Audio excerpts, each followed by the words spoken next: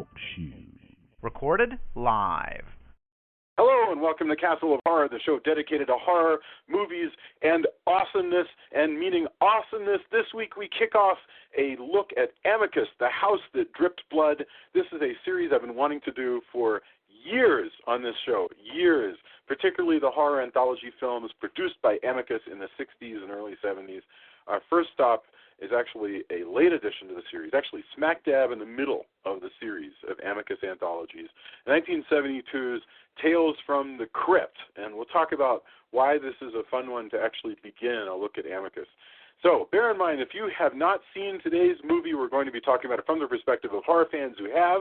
So warning, spoilers ahead. From Denver, Colorado, where it is snowy outside right now and gorgeous, I'm your host, Jason Henderson, creator of the Alex Van Helsing novels. With me from Austin is Drew Edwards, writer for Rockabilly Online, creator and writer of the long-running comic Halloween Man. Say hello, Drew. Howdy. Howdy. From Los Angeles, Adam Foshko, screenwriter for the new Skylanders, Superchargers, story consultant for Destiny, The Taken King, and writer and creative producer for Call of Duty Advanced Warfare Exo Zombies. Say hello, Adam. Hi, everyone. Hi, and welcome back. And Thank finally, you. also in Denver, also gorgeous as always, color commentary from attorney Julia Guzman. Say hello. Bonsoir. Bonsoir. Okay, according to Wikipedia, Tales from the Crypt is a 1972 British horror film directed by Freddie Francis, who we know as a director from Hammer Films. It is an anthology consisting of 5 segments based on EC Comics, including Vault of Horror, Tales from the Crypt, and Haunt of Fear. In the film, 5 strangers encounter the mysterious Crypt Keeper, Ralph Richardson, in a crypt, and he tells each in turn the manner of their death. Richardson's hooded Crypt Keeper is more somber than the Crypt Keeper we've all come to know and love, because he looks basically like a monk. And in the EC Comics, there were usually other horror hosts, like the Old Witch and the Vault Keeper, who did wear hoods. Crypt Keeper was always actually more like a skeletal kind of dude. So we're going to get into what the heck are the British doing EC Comics, what is this Amicus thing, and on and on. I'm kind of excited. And let's get our opening thoughts, and I think it makes sense to do Julia, and then Adam, Drew, and then I'll go. So, Julia, opening thoughts. We'll try to keep this short so we can get into topics. Tales from the Crypt. Okay, well, I enjoyed it. I think it's kind of hard almost to talk about, because it's an anthology story kind of thing. It's hard to talk about it as one thing because each story is so different.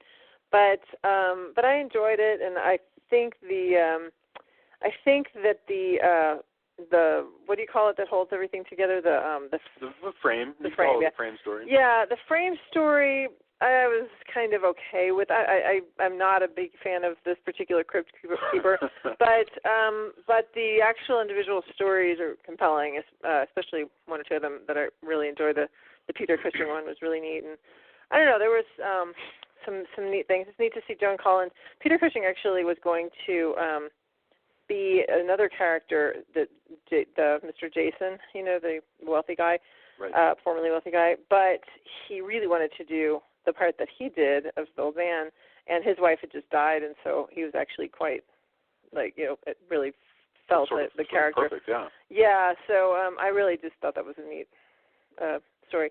But, I liked it. Very cool. Adam, I'm sort of excited to hear your thoughts about Amicus, because I know that we've talked about this for a long time. I don't know if you like this movie at all. So, lay it on us. What are your opening thoughts, Tales from the Crypt?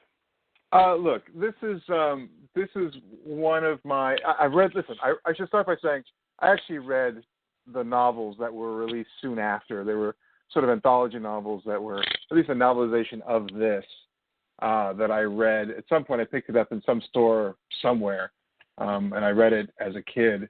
The little paperback from Oleg. The paperback, yeah. Yeah, and it's, that was really cool, and, I think it was an expectation, because I'd read it. When I finally saw this movie, I, was not a giant fan. I really like Freddie Francis. I mostly like him as a cinematographer. But there's so many other films, like Torture Garden, for example, still remains one of my favorite movies of this type. Asylum, movies like that. This seemed, I'll be honest, it was enjoyable but a little bland, particularly, I mean, even for 1972. But in retrospect, having watched it again, when I think about, EC Comics, when I think about kind of where it came from and the long and twisty path, it's almost like when we started to do Lovecraft movies because they were available, it seemed like this was something that was picked up and put together. And like I said, I like Freddie Francis as a cinematographer, but this was really super restrained. And for me, it was, if it was 3 notes, this movie, 2 of them were right, and the third one was just kind of not right, just sort of an off note. It was good to see, good to revisit, but definitely not my favorite of these types of movies, despite the fact that it had, a good cast, and it was photographed, not really interestingly, but it was, it was perfectly great, perfectly workmanlike. I know Freddie Francis is a better cinematographer, probably a better director, but it was all right. It's it's good solid 75. Excellent. Drew. So, I don't know if you came down very positively towards the film, or at least towards Ralph Richardson, or maybe I'm getting ahead of myself. What are your opening thoughts, Tales from the Crypt? Well, it's funny. I remember us briefly discussing this movie way back when we did Creep Show, which is another riff on EC Comics. I do enjoy this movie, but I am a much bigger fan of EC Comics than I am of Amicus Films. And I feel like that while this movie does have several effective moments in it, it's not really a good fit. Like Tales from the Crypt is not the best choice of material for these particular groups. There's a certain very stately Britishness about this that I just don't feel like is a good fit for the material. Like the Crypt Keeper is a good example of that, and we'll get into that when we get into it. But it's just it's got this very almost elegant quality to it, and to properly do EC Comics, you need to have the grand guignol. You need to be a little bit crass. And I have to say, you have to be kind of crassly American. There has to be this sort of chumminess about Tales from the Crypt and EC Comics that this movie doesn't full on get. It doesn't full on nail the gallows humor. It has some of it. Sometimes they nail it, but it doesn't fully hit all those notes quite right for me. So, like as just a movie fan, I enjoy it as kind of an oddity. But as a comic book fan, I can't help but be a little bit disappointed knowing. But at the same time, we do have things like Creep Show and then the inevitable Tales from the Crypt TV show, which do really hammer home that EC Comics sensibility quite nicely. So this ends up just kind of being an oddity in our long progression to getting a more proper adaptation of Tales from the Crypt. It's funny you would say that. Thank you very much. It's funny you would say that because you're totally right. The Creep Show is an attempt at doing an EC kind of thing, although they're original Stephen King compositions. And here, these are adaptations of EC, but it's EC as seen through an Amicus filter. Now, I agree with you. These are not nearly as grungy as because EC Comics is distinctly down market pulp fiction, and always with that really curious morality about EC Comics. Because somebody who schemes against their boss or steals something or cheats on their wife or whatever, all those people always deserve to get killed, and killed like in a horrible way, and that's the way that EC works. And that does turn up here, but nevertheless, it's all filmed in this it's turned into an Amicus movie, and this is the fourth Amicus film. So by now they've really got it down. It's this gorgeous Technicolor. It's always these really kind of nice but very modern sets. There's even for your characters who are down market characters, there's a sort of coziness to the way it's presented. And part of this is that Subotsky, who's the brain, the I don't know what you would call the mastermind behind Amicus. He was a sort of a refugee from Hammer. Subotsky distinctly wanted to make sure that kids could watch these films, even though he usually failed in that because he had too much graphic violence. But that's why, for instance, you see very little in the way of sex, very little in the way of, there's no lesbianism in these movies. He's distinctly trying for a particular, almost TV-ready feel, and then he throws in some graphic violence from time to time. So I hear you. But the reason I chose to do this particular one is because, first of all, I think it's the most recognizable title out of all of the Amicus pictures, and there are 7 Amicus anthologies. And I think it's a really good example of the form, because somebody tweeted to me earlier, they were like, oh, yeah, I saw some of those Amicus anthologies. He goes, but it seems like they all end the same way. And I was like, yes, they do. There is not a, Amicus anthologies do not have surprises, at least in the frame story. And the way I described it last year was, as I was watching a couple of these, is that if you or Drew or Adam or Julia, if any of you find yourself going about your business and then suddenly you find yourself with 4 other people in a waiting room or stuck in an elevator or just hanging out somewhere where you're supposed to be on the way to a tour and somebody decides to pass the time by telling stories to one another, you are dead already. There is no suspense in the fact that you, my friend, are already dead, and you're going to find out in about 90 minutes. Okay, this is Tales from the Crypt. As we go through, we can call out things that are very Amicus-like. In general, I'll say one more thing about what the heck is Amicus, because if you're a listener to this show and you have literally no idea what the hell I'm talking about when I keep saying Amicus. Back in the 60s, you've got basically 60s and 70s, you've got kind of 2 big names in horror in Britain. You've got Hammer, which is responsible for Gothic horror. There are always going to be exceptions to these, but generally speaking, Hammer is responsible for this giant movement of Gothic horror that starts in the late 50s and goes on till the early 70s. At the same time, starting in 1965 or 6 with Dr. Terror's House of Horrors, you've got this very modernist, 65, Dr. Terror's House of Horrors, you've got a modernist horror movement being led by Amicus. They've got a lot of the same directors, they've got a lot of the same actors, but they have, very different topics. There's always, Amicus tends to be about the modern world, recognizable apartments, recognizable sort of situations, whereas Hammer was more distinctly fantasy.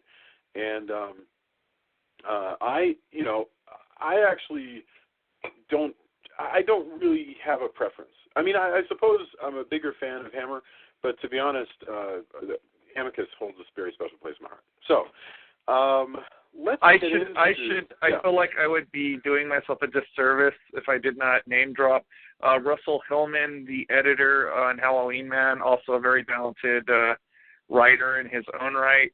It might possibly be the world's biggest fan of Amicus. I will be shocked if he does not listen to every single one of these that we're doing. He may even write to us and give us like notes about things we should have mentioned or got wrong. So we've got 5 stories here. We should start out with and this is a good chance to start with the Crypt Keeper. The frame story or frame device, or there's probably a long Greek technical term for it, but basically the framing device in this one is just like with any Amicus anthology, a bunch of people in one place. So in this case, 5 British people wind up, come to a tour of some catacombs, somewhere off the road in Britain, and they get separated from their tour group, and they take yes. So let me stop you right there. They get separated because Joan Collins drops her brooch, and then it takes her a minute to get it back on or whatever. And I'm curious, if they had not gotten separated from their group, would they not actually go to hell? My answer never is... separate from the group. Words to live by. Never separate from the group. Yeah, she's before these other people. She drops her brooch. They all sort of wait around, and then by the time they get up there, the rest of their group has gone on. They take a wrong turn, and they're in a room alone with this dude in a monk's robe, who tells them to sit down and stare at him for a while. And so, okay, my answer to that is. Are you seriously asking that question? You're not. I'm just wondering what would have happened if they hadn't gotten separated from the group. I mean, I honestly believe that the crypt would have maneuvered them still. Yeah, all roads would lead to Ralph Richardson, yes. Which is really that says a lot in so many ways. All roads lead to Ralph Richardson. Yes. Except ironically, maybe not him as the Crypt Keeper, but that's another story. So, actually, it's so funny because as we go through this, we're going to have to grapple with whether the stories make sense in relation to the framing story. Because, yes, these five people wind up with a monk who sits and asks, so why are you here? And when he asks each one... I assure you I have a purpose. Yes. Oh, yes. No, what he said is he has a porpoise. It's a completely different thing. You just didn't understand him. He's got his own little ocean. So how do we feel about Ralph Richardson? Somebody in the chat room asked, does Ralph Richardson work as the as the Crypt Keeper? No. So why not? What's the problem?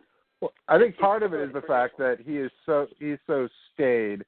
You know, I think Drew said it well. There's a definite feeling to EC Comics that, you know, once the British filter is on, particularly in the early 1970s, you know, it's treated with this very staid, very sort of reserved sort of prosecution of the material, and Richardson as this sort of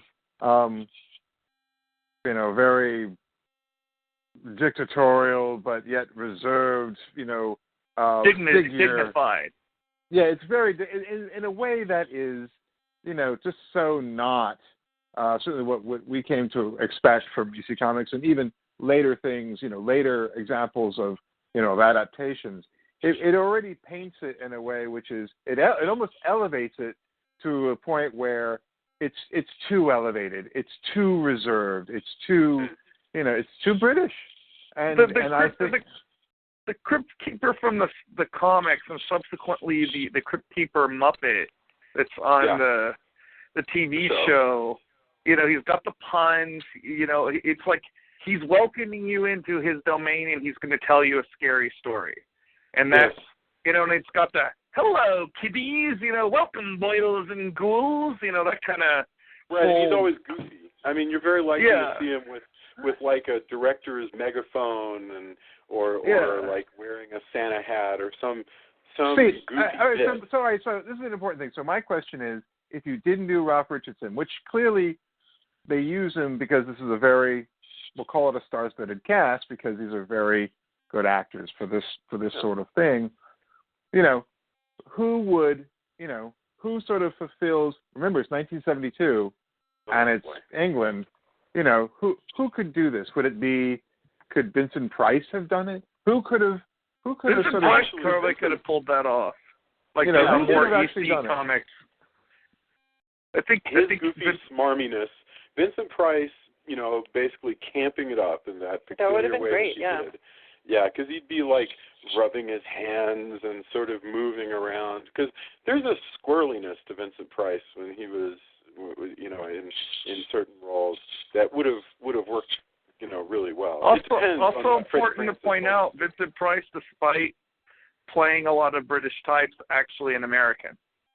Yeah. Is he American? Oh, that's right. I was thinking for a moment he was Canadian, but you're right. He's like from St. Louis or something. Yeah. No, I think he could have knocked that out of the park. No, you're absolutely right. That would have been cool. He was probably busy right now with American International Pictures, but you're totally right. That would be interesting if these 5 people who, despite all of them being really, when we get to know them, pretty horrible people, they're also well behaved with one another. It'd be neat if their host, even in the monk's robes, were just this bizarre sort of, demonic jokester. That would be really interesting. I think, wow. Even though the Crypt Keeper in the comic books looks a lot more human than the Crypt Keeper puppet, which has become so, iconic in its way. Yeah. I think the producers of the TV show did have the right idea by having it be a non-human character, because it sort of elevates, it allows you to accept his cartoonishness. Whereas as caricature. Yeah. It just sort of adds to the chumminess, I guess. Whereas, this Crypt Keeper is definitely very above. He's above it all. He's very, like I said, he's very dignified. He's very much like a judge. Like, I just think he's completely forgettable. I feel like he's just a narrator. It could be. So yeah, I mean, if we're going to be generous to him, he is being essentially a sort of, he's a ritual. He's a judge. He's going through this process, and he's very sort of, he's not even particularly going to pass judgment. He's just kind of going to record. The facilitator, which is, this sort of thing. I mean, it wasn't in films like this, right? See, I happen to like, I don't know how you guys feel about this, but I happen to like Torture Garden, and that's Burgess Meredith. I love Torture. Okay, Burgess Meredith actually would have kicked ass in this role, but you're right. That's a really interesting. I don't think they ever really seriously considered doing the Crypt Keeper the way he is in the comic books, though, because the way it's written. Yeah. Yeah, it's not a miscasting. It's a misconception probably, as opposed to, hey, we got Ralph Richardson, let's put him to work. This is really only the Crypt Keeper in name only. I mean, we call him the Crypt Keeper, and we accept him as the Crypt Keeper because these stories are all based off of DC comic books.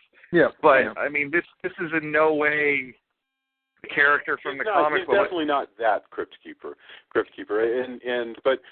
look, it's not as though the British don't have goofy actors. I mean, and as Adam points out, they brought in Burgess Meredith to be a very strange host in Torture Garden, and we're going to talk about Torture Garden in this retrospective.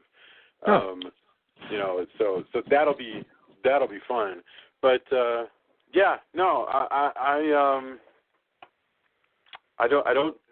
agree with you, Drew. I think basically he's the Crypt Keeper because they're in a crypt. That's the only reason we're going to call him that. Otherwise, he's basically. He looks more like, if we're going off what the characters look like in the comic books, he actually looks more like the Vault Keeper. But it's less. The thing is, in this case, you're totally right. But I think you've nailed it, which is that this is not really a Tales from the Crypt movie. This is actually just a horror anthology movie where the sources are drawn, it just so happens, from EC Comics. But it's really no different in style from, say, any of the others, like Balls of Horror or Torture Garden or Dr. Terror's House of Horrors. Right. I think that they already lend themselves really well. In other words, that kind of, the sort of weird morality of the EC Comics and, the sort of, the fact that they're all very compact stories means that, for whatever reason, they didn't get Robert Bloch to write these 2 screenplays, but instead they had EC Comics. I think it worked out great. But I don't think there's any intention whatsoever to capture the style of the original comics, because it's very possible that basically nobody remembered them by this time. But there is something about this, Jason, that is, I agree with you. But if you think about the way these films this movie was marketed, if you look at the trailer for it, and I have seen the trailer for this movie, and you probably have too. I don't think I've seen the trailer. Yeah, go ahead. If you find the trailer for this movie, you'll find that it is marketed in a way that was not unlike the run of pictures like Legend of Hell House from the 70s and things like that. They were really going for the shock and the edginess and the shots of a guy with the razor blades and the skull head being pursued. I mean, it was all the stuff that was to give you a sense that this is incredibly edgy, and it was going to push you to the edge of your seat. And then when you, particularly in America, which is where I saw the trailer for this. So, but when it came out, we have this thing which is now suddenly very much a British production, very much appealing to British sensibilities, and American audiences who are getting used to seeing movies like The Devil's Reign and things like that. We're probably because this got a theatrical release in America. They were probably really surprised because it's not what was marketed to them, appealing to sort of our sensibilities from the 1970s for the theatrical release of this movie for people who are enjoying this kind of movies. I think Jason really hit a nail on the head, though. I think at the time that this was made, EC Comics hadn't come back around to being a brand, even a nostalgia brand, because I read reprints of Tales from the Crypt and Weird Science and Vault of Horror and shock suspense stories and all that stuff. But I think when I was a kid, that's because that's when the wave of nostalgia really started.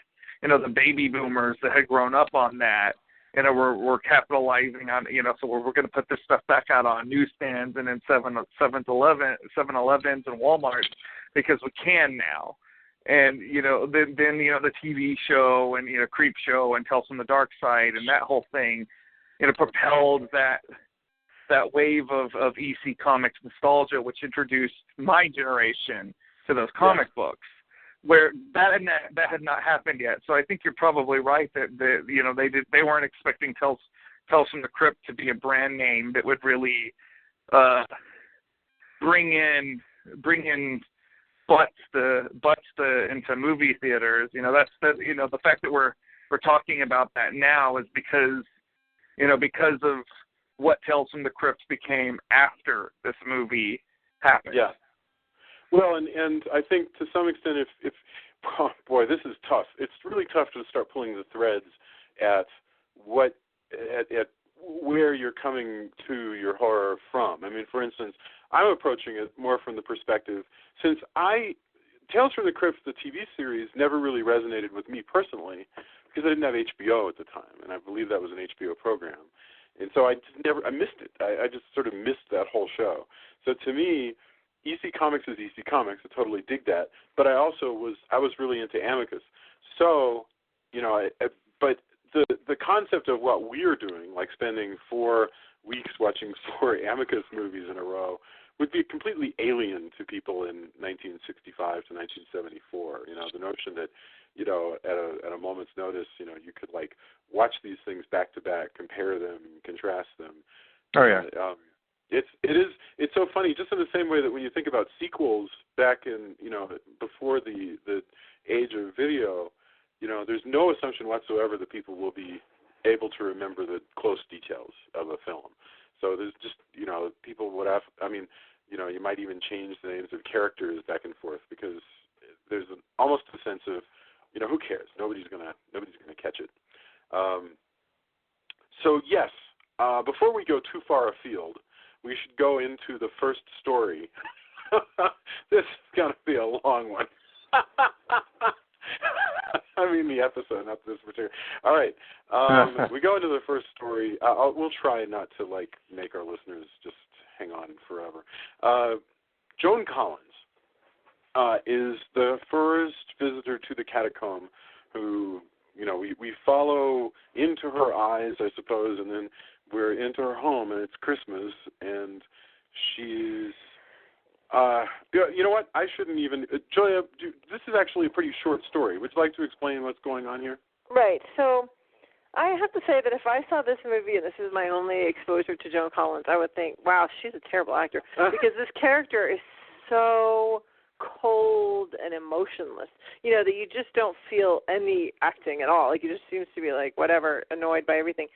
She is, so the way that they set up the the story is just that, you know, the Crypt Keeper says, what are your plans after this? And presumably the person thinks of what their plans might be and says, you know, oh, nothing. But what we have in her little story, and I always have to do the you know, from the Wayne's World. She goes I was to there for you. Yeah, her story is she's in a pretty posh house, and her sweet older husband has just wrapped a present for her, and he's written a card to the world's best wife or whatever, and he's like love, and he kisses the card. He just adores her, and he puts the card in the gift, and he puts the gift in the tree, and he sits down, and she comes up behind him and hits him over the head with a fire poker or whatever, and then she gets his keys and goes to the safe and gets out just to show us what it is, I guess, because eventually she ends up putting it back, his insurance policy, just to be like, oh, hey, you know, this is cool. This is here. But meanwhile, her daughter is upstairs. It's Christmas Eve, and she's going, you know, Mom, you know, has Santa come yet? And so she goes up and talks to her. But she doesn't seem nervous about any of this. She's not, like, she's kind of irritated that her kid's awake, but it just doesn't seem panicky about it. She doesn't even close the door, and there is a door to the living room where he is dead.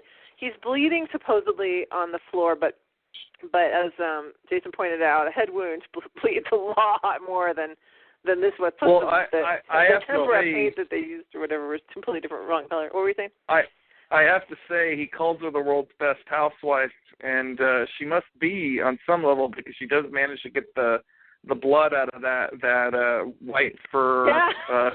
Yeah, it's lemonade salt. We all know. She's a hell of a domestic. After she cleans up the blood out of the carpet and off of the poker and off of whatever else she had, she just seems so proud of herself. Like, I did a really good job on this cleaning up thing. And you know, well, the guy in the chat room, by the way, said he calls this Kensington gore, which is this wonderful traditional word for fake blood.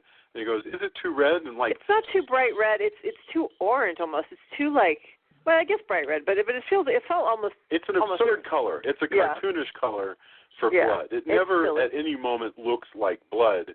You just know, since you're watching a movie where the guy got killed, being whacked in the head. But yeah, he barely bleeds at all. And so then she goes up and talks to her daughter. And meanwhile, while she's kind of dragging the body over to the basement stairs, she hears this news story about how there's this homicidal maniac.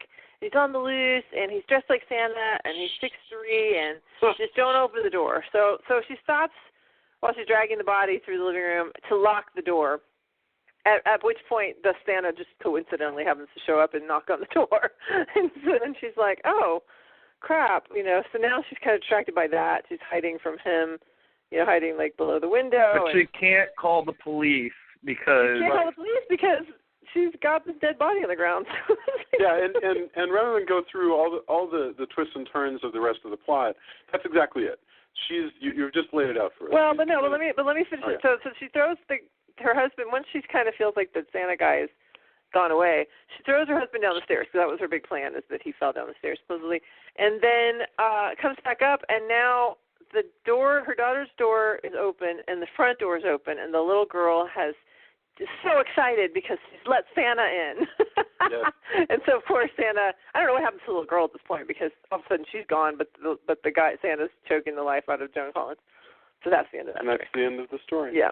And Jason, I know you said that you have not seen much of the Tales from the Crypt TV show, but they actually do this one again on the Tales from the Crypt TV show. So it might be interesting for you to compare and contrast.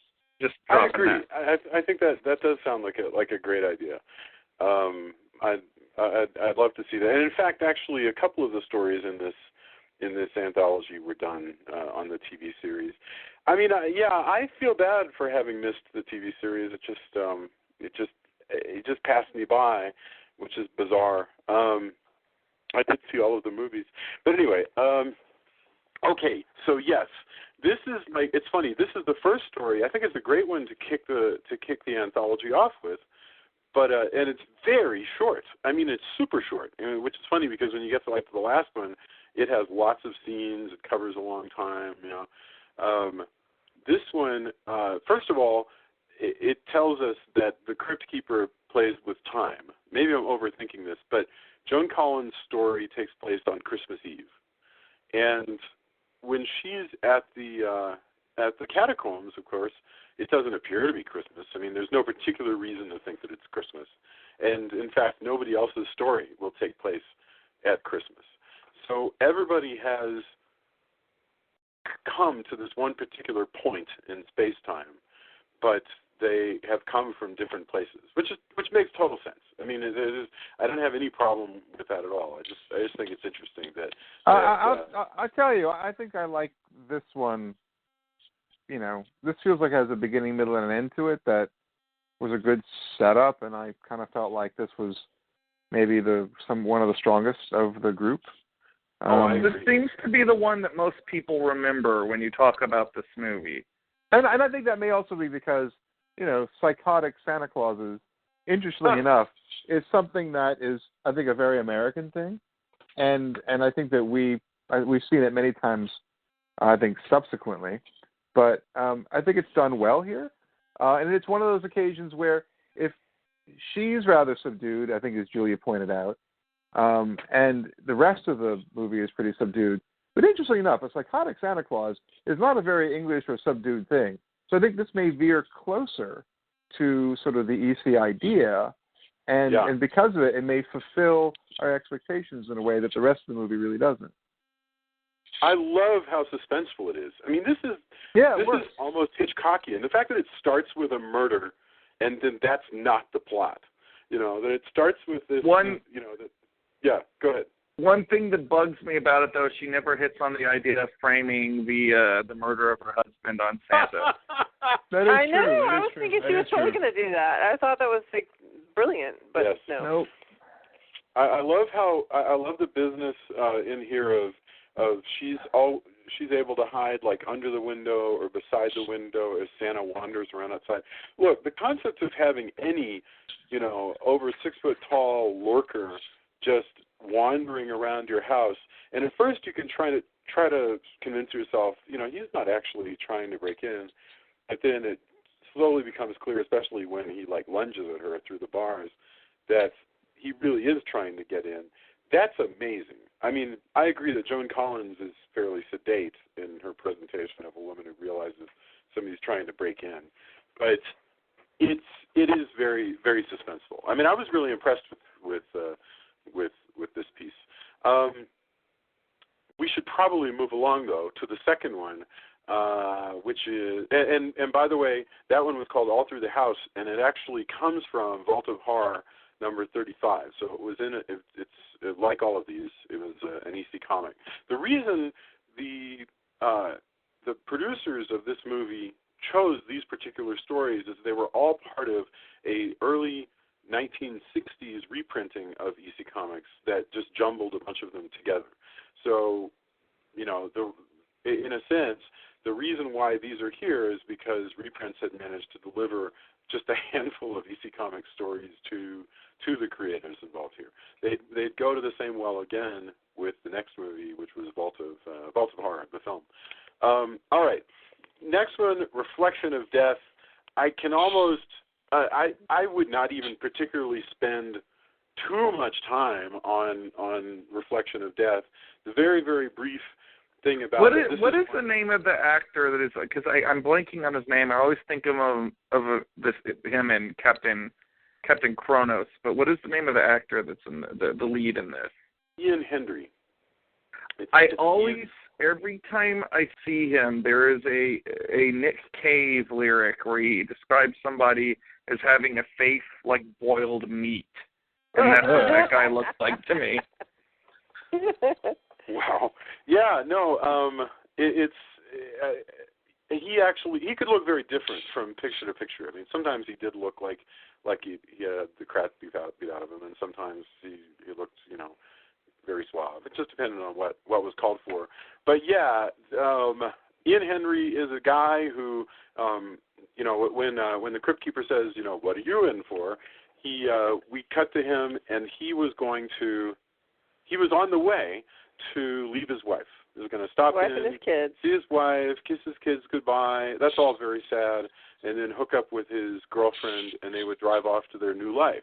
And what's weird about this particular story is that they get into a car accident, and 2 years go by. No, that's the dream. Uh-huh. First, so they're driving, and they get into a car accident, and it's a really silly effect where they're, like, spinning around. It's that vertigo thing of just, like, spinning the frame around and not really doing anything with the car. But anyway, car crashes, and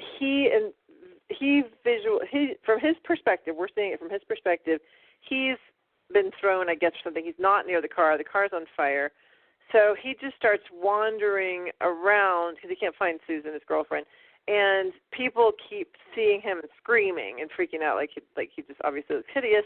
So then he goes to his wife's house, and she now is married to somebody else. She screams when she sees him and closes the door, and you see through the window she's hugging whoever she's married to.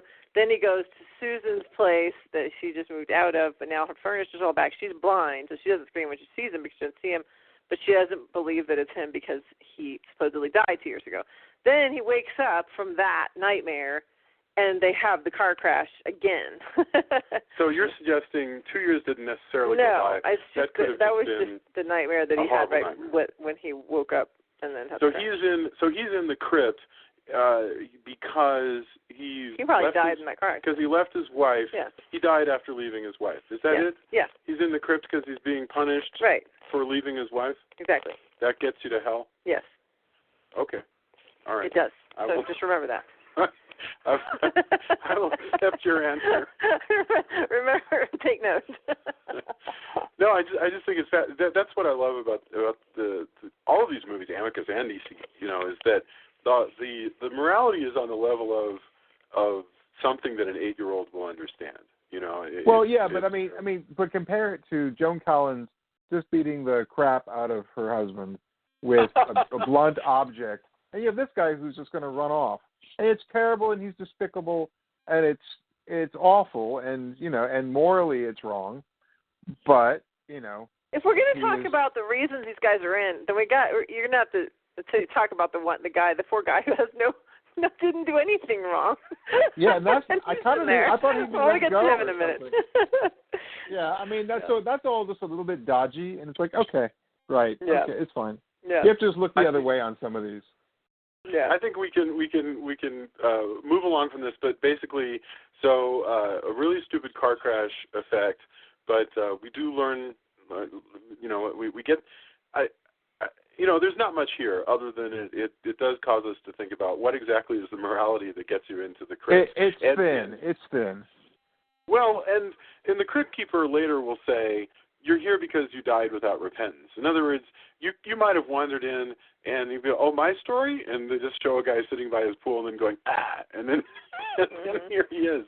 But, yeah, so, okay. Next one actually is, to me, what I think is the finest one in the whole film, which is Poetic Justice. This is the one with Peter Cushing.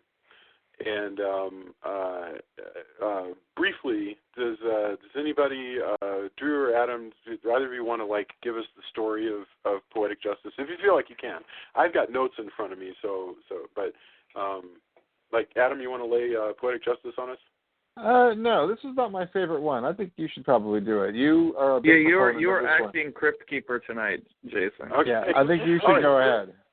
Very, very, very briefly, you have this to me is like the most Creepshow-like EC Comics-like actual story. Considering they're all coming from EC Comics, this is the one that most would have fit into the Creepshow collection.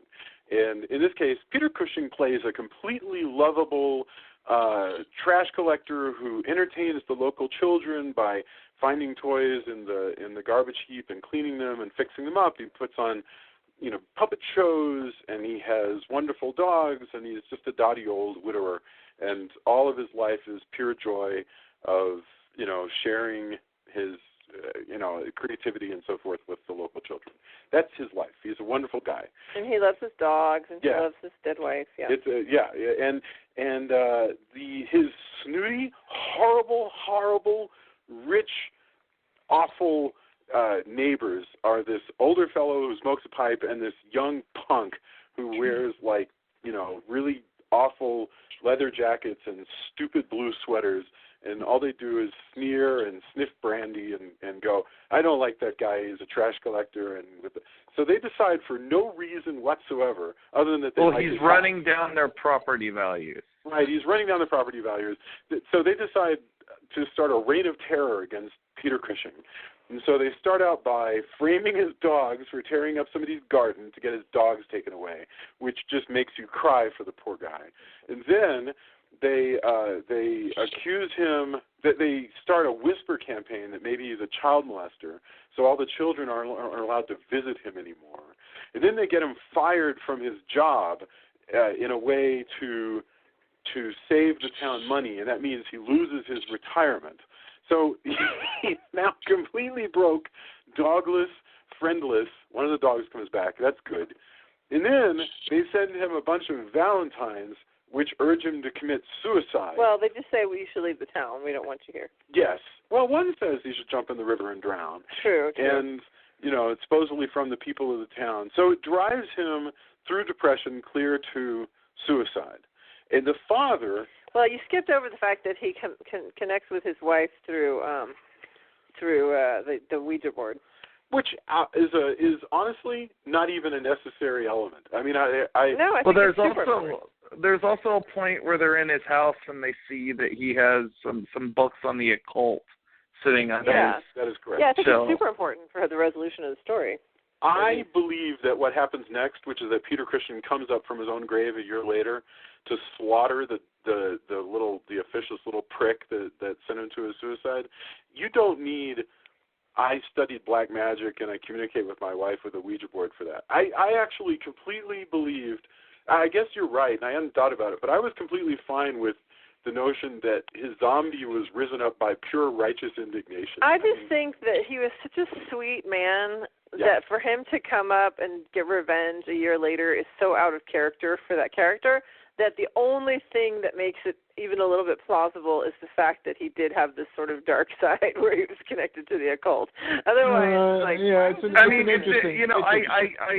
in the world of EC Comics, certainly you don't need much to rise from the grave as a zombie and exact vengeance. Like that happens every issue practically. But sure. Think of Ted Danson in Creepshow. Again, not an EC comic, but the same thing. I mean, they even did it in the Night Gallery sort of made-for-TV movie, I think is what it was, where Rodney McDowell, kills a guy and then he's subsequently killed, and he comes right, he crawls out of the grave and is going to exact revenge, and he has no connection whatsoever. A lot. Yeah, to me, you can crawl out of the grave anytime. Go ahead. Well, what I want to know is that actually Peter Cushing in the zombie makeup? I've never been able to tell. I don't know. It's a good question. That's a very good question. I mean, I think maybe yes, and I say that because of the shape of Peter Cushing's head with the narrow jaw and the more blockish upper part of his skull. So I think he fits nicely into that makeup. So I believe it, although I hate to think that Peter Cushing, that poor man, would have to be on the makeup chair for the hours it would take to apply all that crap. But I do believe it's him. Yes, I do. I think that's Peter Cushing. The thing is called Poetic Justice, by the way, the whole story, because as if this story needed a gimmick, but it does have a gimmick, which is that there's all the poems that are in the Valentines that the officious little prick sends him, and consequently, when the zombie rises up, he leaves a poem written in butcher paper around the extracted heart of written in blood. Boy. Written in blood, yes. Which is very. You are right, Jason. That is very, very EC Comics. Yeah, totally. I agree with that. I agree. But what's really good here, this is the one that always sticks with me. When I think of this movie, this particular story, Poetic Justice, sticks with me because Peter Cushing creates for us a delightful character. I mean, a truly gentle, benevolent soul who, and normally when you look at the movies and you see a truly benevolent, gentle soul, it's usually a female character. You know, you think of like, I don't know, Avenging Angel. What a terrible movie to think of as an example. But anyway, Linda Blair in Avenging Angel, her sister is wow. is this extraordinarily sweet, gentle, I think maybe even retarded soul who winds up, of course, being, you know, raped and beaten and all this stuff. It's rare to see a character so sweet who's actually a male character. And then Peter Cushing is able to pull it off where he's a recognizable character. And you realize, you know, there's this whole vocabulary of male characters that we don't see in the movies very much. You know, somebody this kind who we are not called upon to despise. He's a good guy. And then, of course, he winds up being the victim of all this cruelty and comes back and gets revenge. But I really love the performance that he turns in here. And it's very strange to think that this is 1972, so it's only, you know, a few years before he's going to be Grand Moff Tarkin in Star Wars. So I don't know. This guy has so much talent, and he's so capable of playing different roles and different accents and what have you. So that's cool. Poetic Justice, probably the lead part of the film. Okay, the next one. I'm tired of listening to the sound of my own voice. Will someone recite for me what the hell happens in this variation? This very clever variation. Essentially, it's essentially, well, as you're saying, it's essentially a revamp of the Monkey's Paw. There is a businessman who he's, for whatever reason, he's flitted away a bunch of his investors' money on a bad investment. And his solicitor is telling him, well, there's only one way you're going to dig yourself out of this. You're going to have to sell your belongings. And he kind of is like, oh, but I've worked so hard for all these nice things. And he goes back and he tells his wife, and they start kind of like, oh, we could sell this and this and this. Oh, hey, you remember this weird statue? And then for some reason, they've had this statue for years, and it's a Buddha statue. And for some reason, even though they've had this statue for years, they've never looked at it and seen that there's an inscription that you get 3 wishes. So, you know, yeah. And then they even name drop the Monkey's Paw. They're like, oh, well, we better be careful about how we go about doing this. And they wish for lots of money, and then he gets a phone call from his solicitor that he needs to meet with him to talk about money. And while he's on his way there, a skull-faced motorcycle driver runs him off the road. And, of course, he has a big insurance settlement, which means that she is now rich, and her financial problems are over. But she is stricken with grief, so she wishes that he would come back exactly the way. Well, no, because she asks the lawyer friend guy about the monkey's paw. Says, how does that story go? And he says, well, the son dies, and that's how they get the money, and so they wish for the son to be back alive, but he comes back all mangled and mutilated. She's like, okay, I'm not going to screw that up. I'm going to wish that he comes back alive the way he was immediately before the accident. Right? And they reveal that he had a heart attack in the car. He didn't actually die in the car from the car accident. He had a heart attack from the impact. And so these very Hammer almost guys in cloaks and top hats bring in this coffin, and there's like, oh, well, he's still dead. So then she's like, oh, I wish that he would come back and be alive forever. And then he comes back. Stupid thing to wish. I was so mad at her when she said that. I was like, he comes back to life, but he's got embalming fluid in his veins, and he's in agony. And she picks up a sword and starts hacking into him, but of course he's not dying. Which, okay, I have 2 problems with this guy being in the crypt. Everything one, if he's immortal, how did he get to the crypt to begin Exactly. with? Thank I've been saying that ever since we watched the damn movie. And two, he's just a bad businessman. Like, he's not, occasionally cruel, he said. But he didn't do. He's not the one who screwed up. We didn't witness it. We Right. didn't see him being particularly cruel. I mean, maybe he's not as insufferable as all the other people that are down there. He's just kind of a bit of an entitled rich guy. But I don't know if that's quite going to hell, since levels of sin and vice. Be that as it may, he is at the end of the story immortal. So how did he get there? Yeah. Yeah, it's so irritating. It's like, it's such a horrible story. I just hate it with the with how because apparently he's like, I don't know, he's in pieces. I mean, his hand is, and it's like this. I don't know if you guys ever watched Torchwood. It's just that Doctor Who spinoff. Oh, but, sure. Yeah. There's that whole season called Miracle Day, which is the same story where nobody dies no matter how messed up they are. It's so horrible. Just awful. I mean, Adam read the book, and I did too, by the way. Like I say, there's a copy of the neat little 1972 paperback is sitting on our kitchen table right now, but because I'm a sucker for vintage paperbacks. But I remember reading this also. So to me, my memory was of something very different from what's on the screen. On the screen, he gets chopped a couple times, and his hand is crawling all over him while he's screaming about the embalming, which is awful.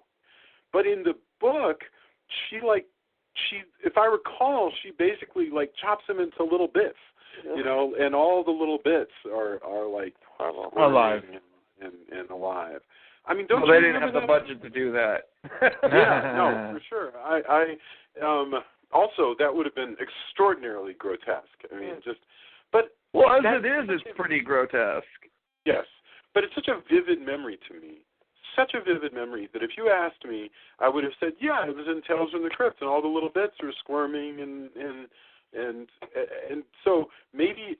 So there's two possibilities. One is that really my memory of the story is so vivid that I thought it was in this movie, or that actually happens in another movie. But I think it's very possible that it's just this notion that was in the story, and it was a lot more graphic in the story than in the movie.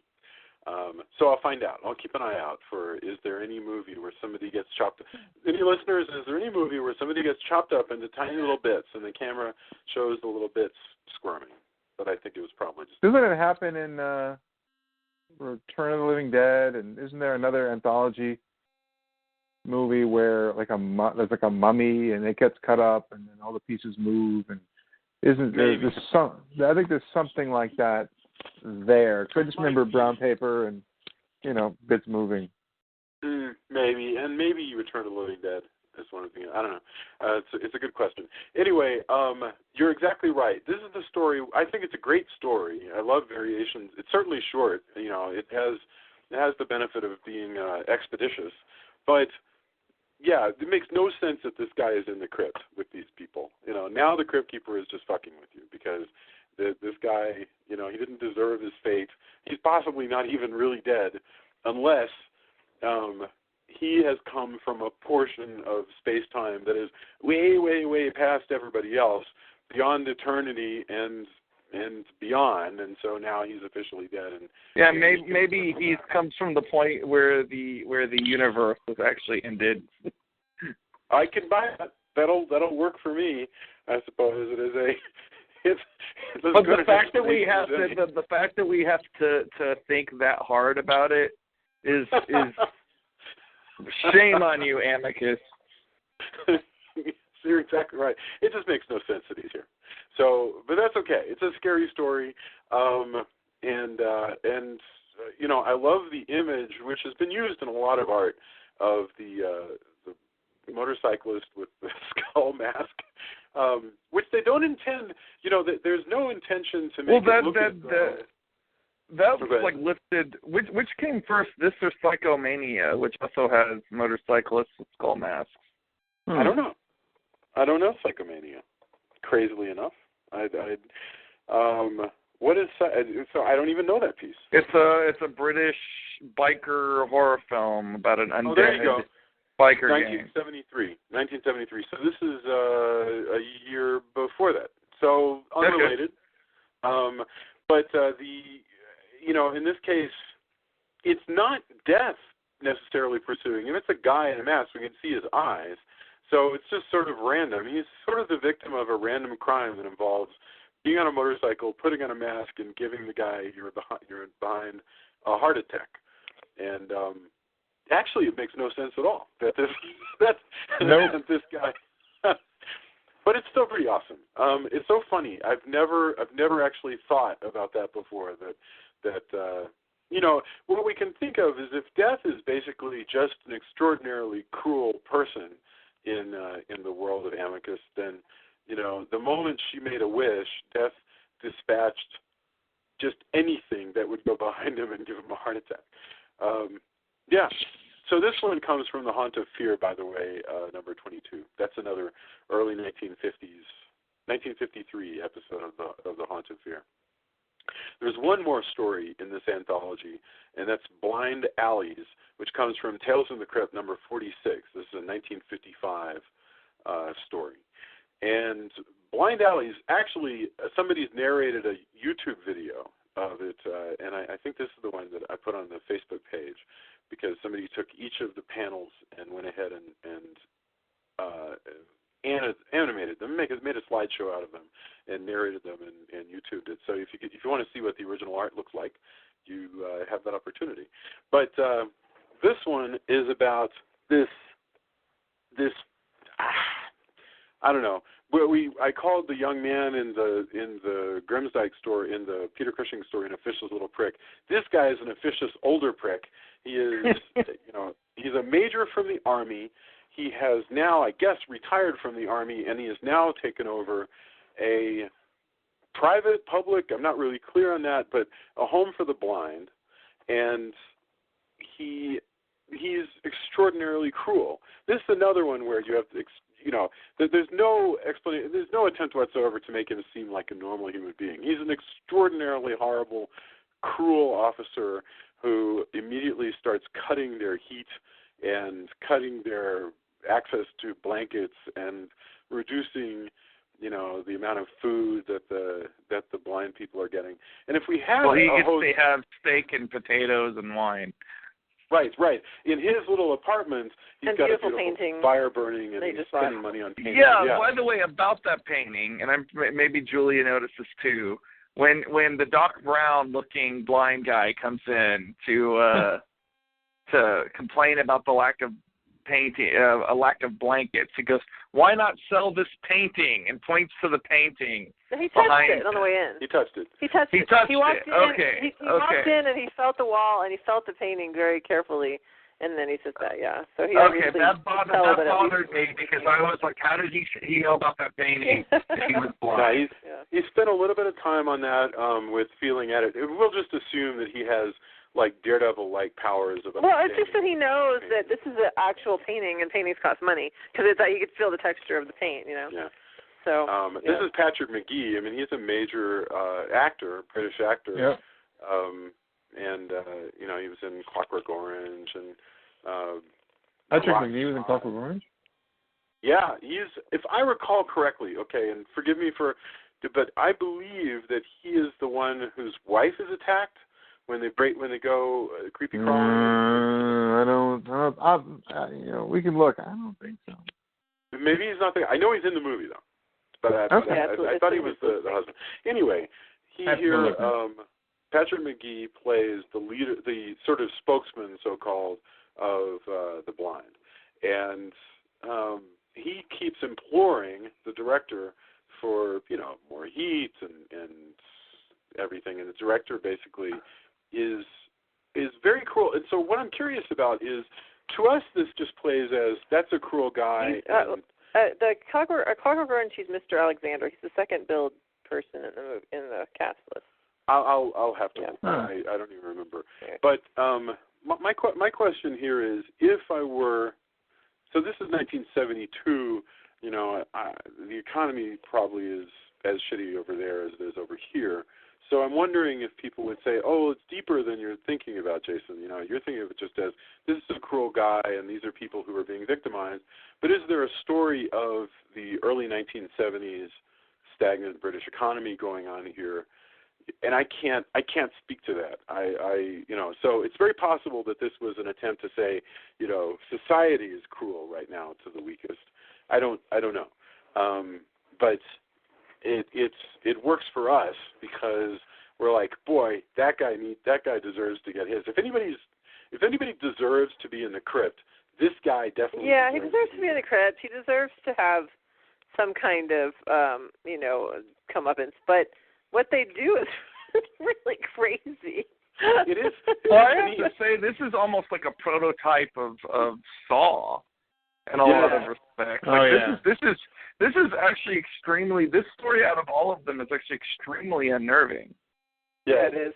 It's very visceral because we can all identify with the biggest payoff in this thing. So they stick him in a basically after he has he's a German cruel enough, Shepherd that he just adores. He has a German Shepherd. After he's cruel enough to let somebody freeze to death and not get medicine for his flu or whatever it is, the blind people capture him and stick him in a cellar downstairs. There's two cellars. They stick the German Shepherd in the other, and the German Shepherd is starving. And they wait like 3 days while these blind people, exhibiting, mutant level ability to do woodworking for the blind, build this incredible, I didn't even know, this maze of wood and chicken wire and all kinds of stuff. And it's cool. I mean, and I love watching the actors do things with their canes. I mean, they have all these different techniques for like blocking off a doorway and like steering somebody using the cane and just all kinds of stuff that I wouldn't necessarily think of if I were asked to, act like you know how to use a cane. This is cool. Maybe some of these actors are blind. I have no idea. Anyway, a couple days pass. The dog gets really hungry. They finally set the director loose, Nigel Patrick. They finally set Nigel Patrick loose. He goes into this thing that the blind people have built, this maze. He starts going through it, and he gets to what Drew was referring to, which is a tunnel of razor blades. The idea that these blind men have taken hundreds of razor blades. Where did they get the money for all the hundreds of razor blades when they don't have money for... Maybe they were in the storage closet. Who knows? But what amazes me is the notion that these blind people first built a narrow hallway and then installed hundreds of razor blades into the wood. Presumably they wore gloves, but it's brilliant.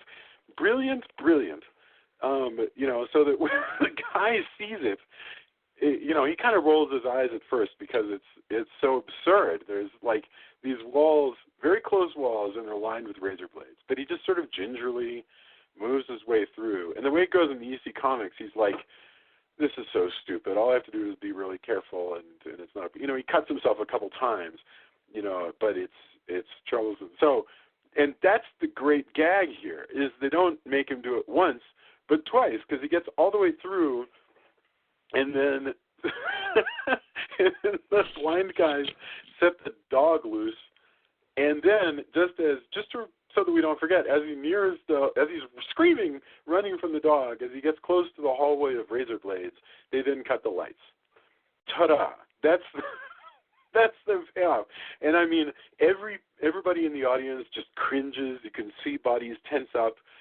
Everybody can just picture being sliced by these blades. It is a horrible, horrible bit of this is also this of course comes from an EC Comics, but this is pretty darn dark too. But the thing is, it doesn't feel as dark as a lot of stuff that I've seen, because there's such a feeling of pure goofiness to it. It's so strange that I don't know, man. That's like every time he cuts himself on that, I cringe, and then I think he either ran through those razor blades or got eaten by his dog. That's messed up. Like, out of everything in this movie, this is the only thing that I would actually say qualifies as being kind of scary. Oh, yeah. Okay. Well, and I would say that the thing with the guy being hacked up and living forever is horror. I mean, that's horrific. That's horrific, but like this, I don't know. Like, this to me is disturbing. This is disturbing to think about. Whereas the other, is like, it's fantastical and it's hard to imagine. Like, whereas this is just like, ugh. Okay, I'll buy that. I mean, I agree. It is horrible, and yet it's so ingenious that I'm not. I often feel when I watch it. Yes, I feel it. I do the cringe. Everybody else does. It's hard to think about it, but it's so ingenious that I don't. It doesn't bother me. Well, I think the fact that it does make me cringe is sort of a tribute to how ingenious it is. Yes. Yes, and when you said that, I think maybe that ingenuity is what you're talking about when you said, this is like Saw, and that's true. This sort of bizarre machinations of terror going on, and the fact that he deserves it, that he brought death to these poor innocent people. Once again, there's this. In a sense, this is a sort of very strange Christian morality. There's this notion that the least of us deserve to be protected. The least of us certainly includes the blind. He's very cruel towards the blind. But then we break away from the notion of turning the other cheek. They're gonna come out like the freaks and get their revenge for their lost one.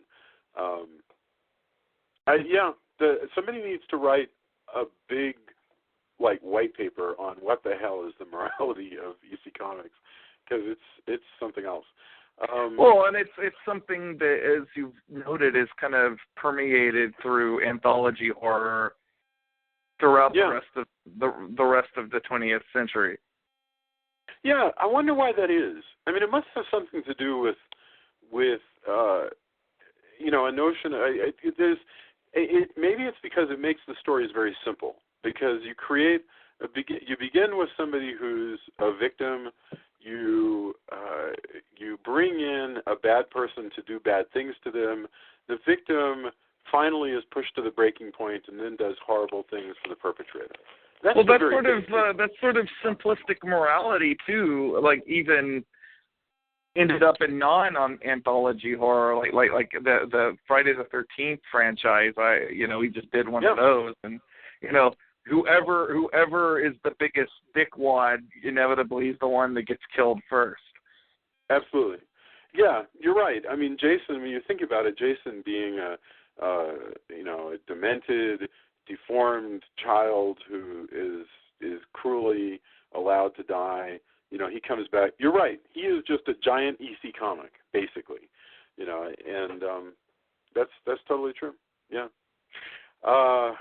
Okay, and our guest in the chat room says that the gentleman here, Nigel Patrick, was the guy in the wheelchair in the Clockwork Orange, and I just don't remember. I need to go and watch it again.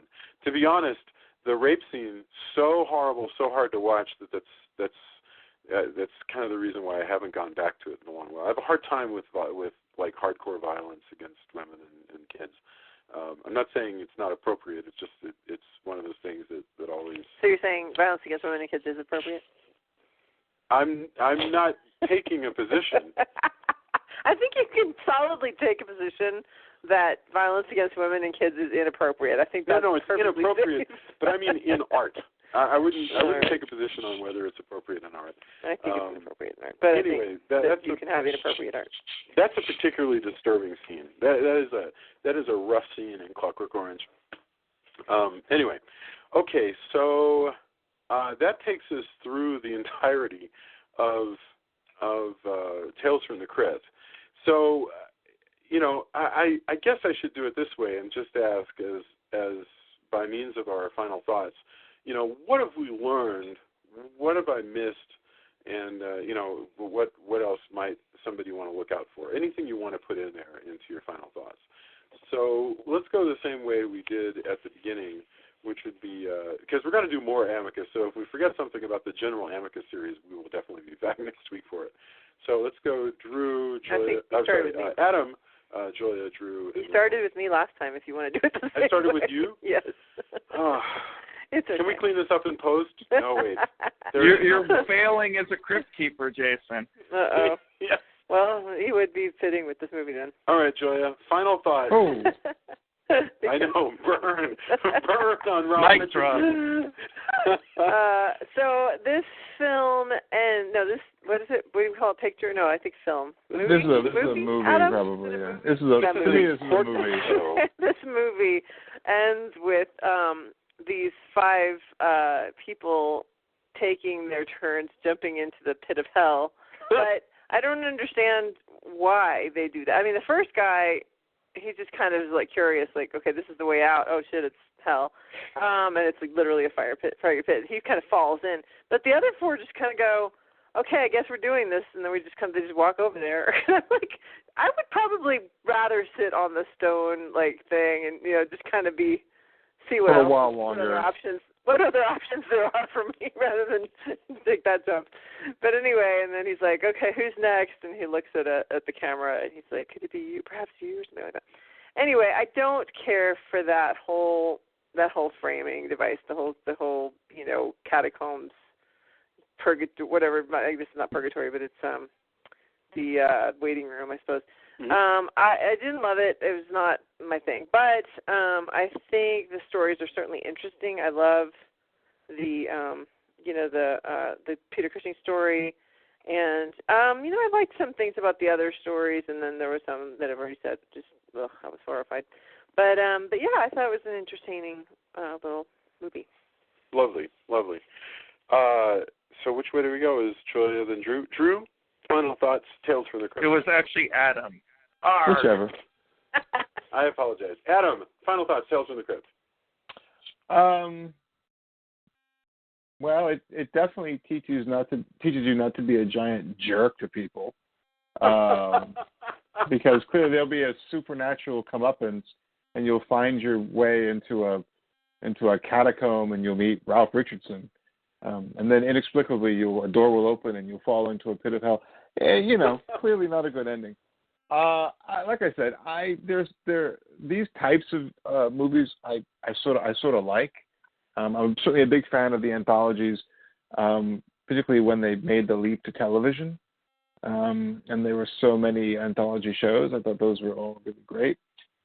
This is not my favorite one. I happen to prefer Torture Garden a good deal more, partly because of the framing device, which I find a whole lot less. It made less sense really here, and it was really less compelling for me. And I thought it really held up better in other movies. So I think it's a perfectly interesting snapshot for the time and place that it was made, and it certainly isn't a bad movie at all. And I think there are definitely really great qualities. Like I said, Freddie Francis is a terrific cinematographer, and he went on to do kind of amazing things like The Elephant Man and things like that. And it was really terrific. And I think that this is a very staid, it's a very staid example of sort of an adaptation of EC Comics, sort of in amber of the early 1970s in England. And I think for that reason, it's worth seeing. But I don't have this movie on rotation. It definitely occupies a particular place in my library, in my memory also. Something that was hyped, I think, in the U.S. and didn't really deliver in the way that I think we expected. But still a good movie, and we're seeing. Very cool.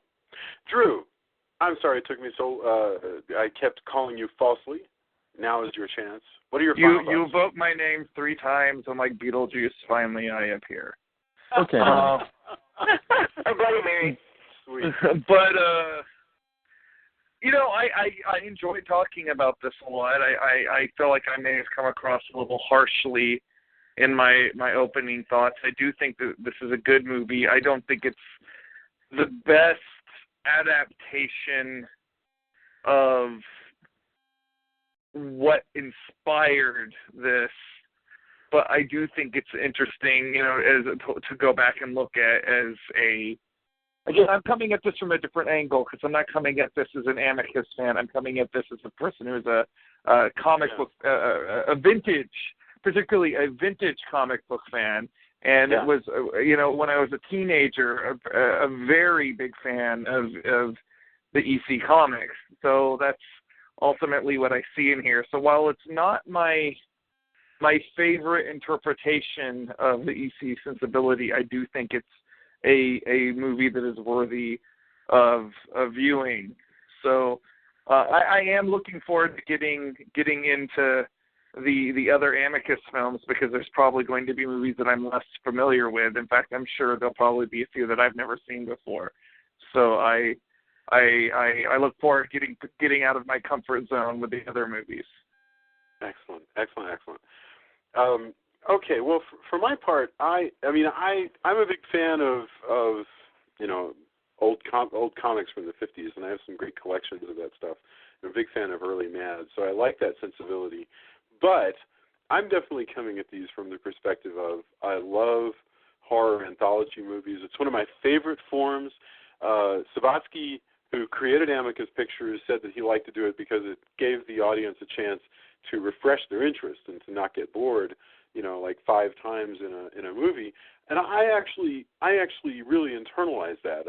I love the fact that you're starting over all the time and you get to try out all these different stories. So to me, this is a almost fetishistic enjoyment on my part. I love horror anthology films. So that's really awesome. I like the music that's going on here. It's a really great rendition of Bach, Toccata and Fugue. That's awesome. Ralph Richardson, not so much. But this is an interesting one to kick off and sort of get a feel for what an Amicus anthology is, especially given that there are 7 of them, and this one comes smack dab in the center. So they really had it down. I really recommend. Yeah, go ahead. I think you've probably, by hitting with the Tales from the Crypt brand name, you'll probably draw in some of our younger listeners who probably have no idea what Amicus is, but they'll remember Tales from the Crypt, or at least maybe their older brother watched the TV show or something. I think you're exactly right. I think that if you were to go out and sample people and say, hey, do you know Hammer? I think there's much more awareness of like Hammer Pictures than Amicus stuff.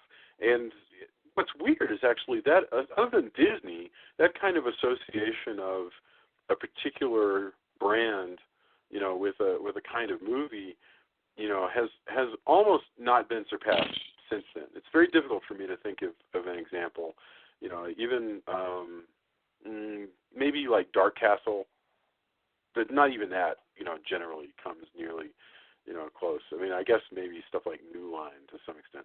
But anyway, so I really enjoyed looking at this, and I'm gonna really enjoy going through more Amicus Pictures and getting a feel for like what's stronger and what's less. And I think after we've done, we're not going to do all 7, but after we've done 4, I think we should each nominate, like if we were putting together an anthology of 5 from the ones we've seen, which would we pick? Because every one of these movies has a few stories that are ultimately wind up being a waste of time. You're like, well, that twist wasn't so twisty, or that story was kind of dumb, or I can't believe that some people have a problem with one of these movies that involves a man-eating grand piano. I personally like the man-eating grand piano, but so it goes.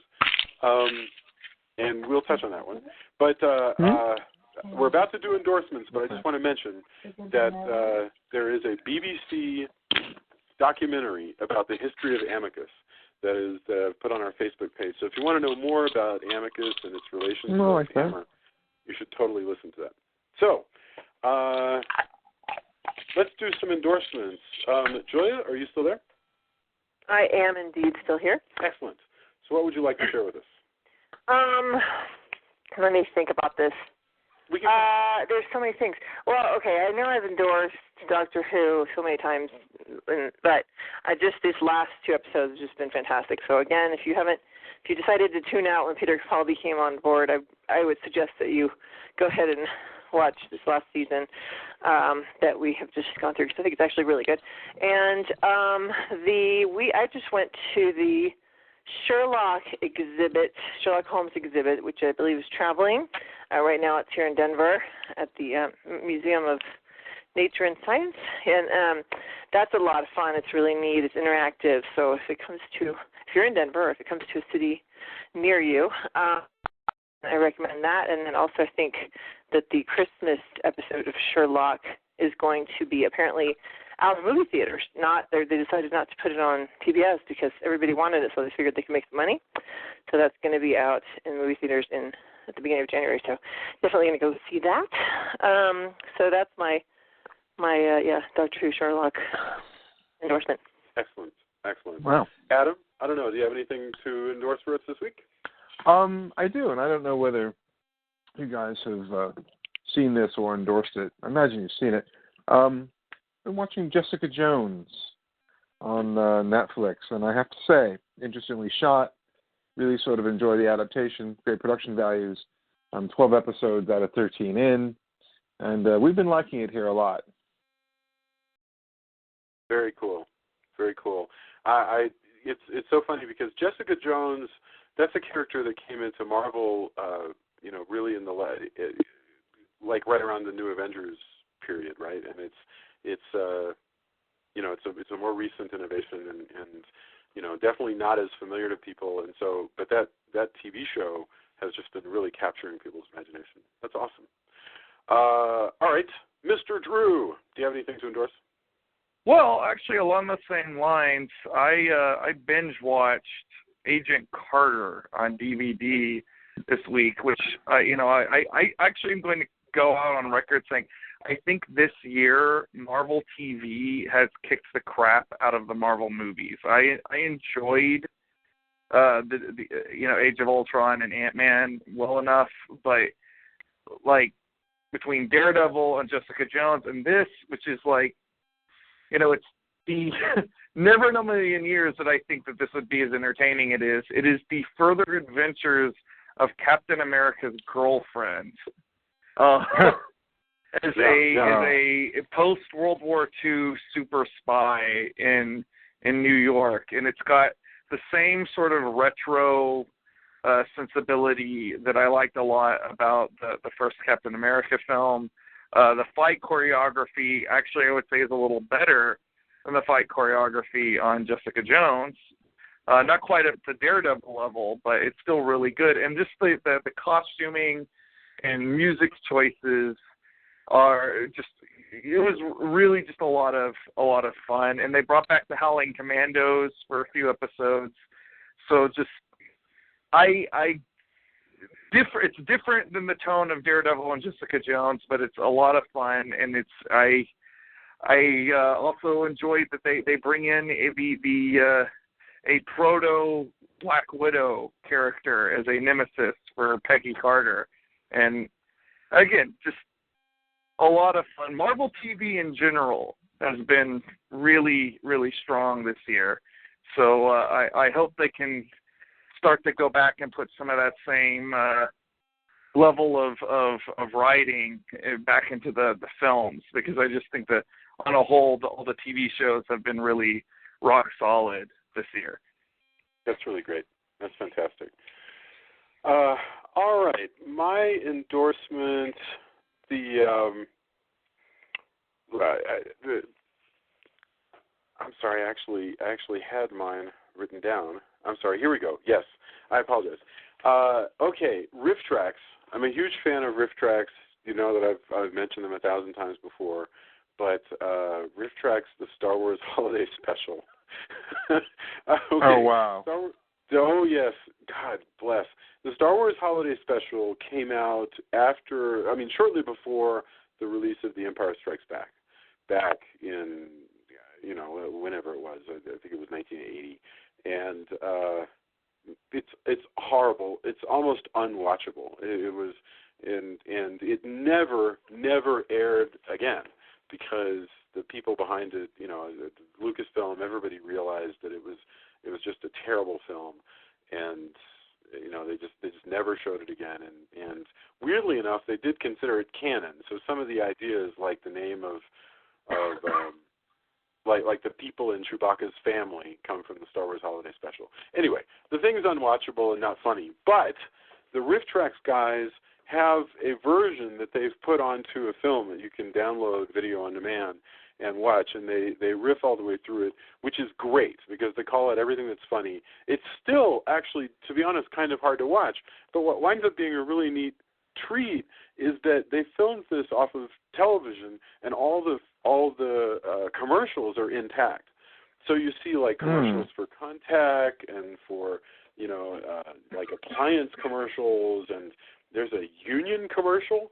Look for the Union label. And they comment on all that stuff. So it's really like watching, just watching TV at that particular point in time. And and it's also, of course, the first appearance of Boba Fett. So I definitely recommend the Riff Tracks Star Wars Holiday Special. If you must subject yourself to the Star Wars Holiday Special, the Riff Tracks version is the best way to go. And so there we go. Wow. All right. We are going to be back next week with more Amicus, and we're going to do, I believe, 4 Amicus pictures in this retrospective, and it's going to be really cool. We're going to go through some of the best and most memorable horror anthologies of mid-century British cinema that you will ever encounter. Thank you very much for being with us. If you want to join us in the conversation, come to the Facebook page, ask us questions. We will totally join in. If you think I'm being too fetishistic towards British horror, let me know. I would totally be willing to have that debate. Leave reviews for us on iTunes. It matters. It helps people find the show. Thank you very, very much, and we will see you guys next week. Thanks, guys. Ciao. Bye. Right.